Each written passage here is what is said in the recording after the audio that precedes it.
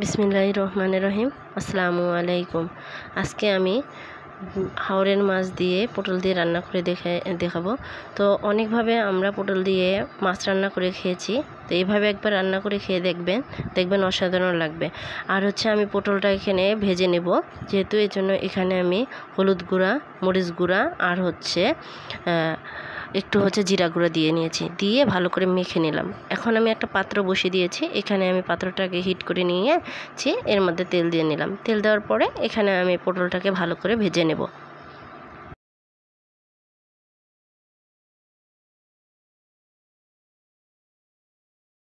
পটলটা যখন আমার ভালো করে ভাজা হয়ে যাবে, আমি তখন এক পর্যায়ে এই প্রথমের পটলগুলো দিয়েছিলাম, দেখেন আমার পটলগুলো ভাজা হয়ে গেছে।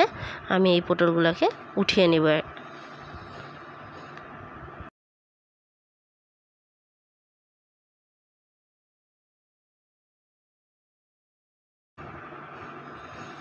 দেখেন উঠিয়ে নিচ্ছি।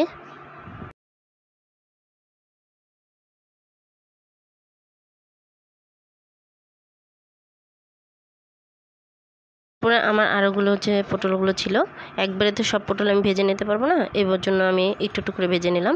তো পটলটা ভালো করে ভেজে নেবেন, একবারে সিদ্ধ করে ভালো করে, মানে এমন পর্যায়ে থাকবে যে পটলটা ভাজা সিদ্ধর মতো হয়ে গেছে। তো এখানে আমি পরবর্তী পটলগুলো দিয়ে ভালো করে ভেজে নিচ্ছি।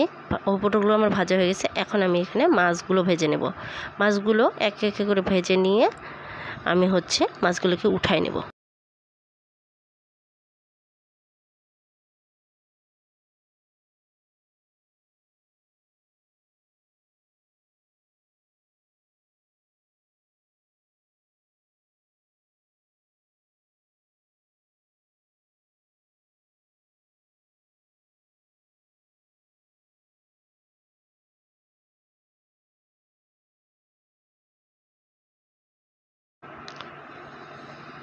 এখন আমার মাছগুলো ভাজা হয়ে গেছে, আমি উঠিয়ে নিচ্ছি।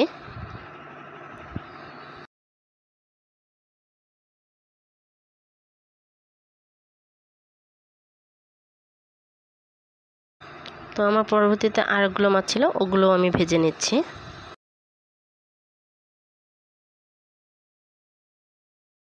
এখন আমার মাছ যখন ভাজা হয়ে যাবে, তখন আমি এখানে ব্লেন্ডার করে নিয়েছিলাম পেঁয়াজ, মরিচ আর দেওয়ার পরে এখানে হলুদ গুঁড়ো দিলাম, মরিচ গুঁড়ো দিলাম আর ধনিয়া গুঁড়ো দিলাম। দিয়ে এই মশলাটাকে আমি পানি ছাড়াই ভালো করে কষিয়ে নেব, কারণ ব্লেন্ড করার সময় যে পানিটা দিয়েছিলাম পেঁয়াজে, সেই পানিটা যেহেতু রয়ে গেছে, সেহেতু আমি এটা দিয়ে ভালো করে একটু কষিয়ে নেব অল্প সময়।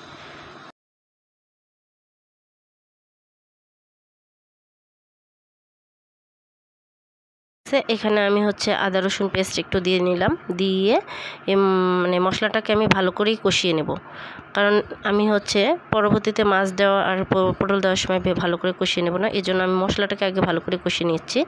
তো আপনারাও মশলাটাকে ভালো করে কষিয়ে নেবেন। নেওয়ার পরে যখন আমার কষা হয়ে যাবে, এখানে আমি পানি দিয়ে নিলাম 3 কাপ। 3 কাপ পানি দিয়ে পানিটাকে আমি ভালো করে ফুটিয়ে নেব, কেননা যেহেতু আমি এখানে ভাজা মাছ আর ভাজা নিয়েছি, পটল নিয়েছি, সেহেতু আমি এখানে ভালো করে পানিটাকে সিদ্ধ করে নিয়ে আমি মাছটা এখানে ছেড়ে দিলাম। কারণ আর মাছটা দেওয়ার পরে বেশিক্ষণ এটাকে রান্না করা যাবে না, কারণ মাছের স্বাদটা নষ্ট হয়ে যাবে। আর কাঁচা পানি কখনোই দিবেন না, পানিটাকে যত সম্ভব মানে ফুটিয়ে নেওয়ার চেষ্টা করবেন, তাহলে দেখবেন রান্নাটা খেতে মজা হবে। তো আমি দেখেন আমার রান্নাটা কষিয়ে নিচ্ছি। এখন আমি একটু লবণ দিয়ে নিলাম, কারণ লবণ তো আমি প্রথমে মাছ ভাজার সময় দিয়েছিলাম, আর রান্নার তরকারিতে আমি এখন লবণটা দিচ্ছি। তো লবণটা দিয়ে আমি ঠিক 5 থেকে 6 মিনিট মানে এইটা মাছটা আর পটলটা আমি রান্না করে নিচ্ছি।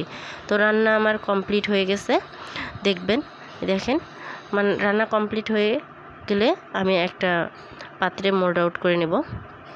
আমার রান্নাটা কমপ্লিট।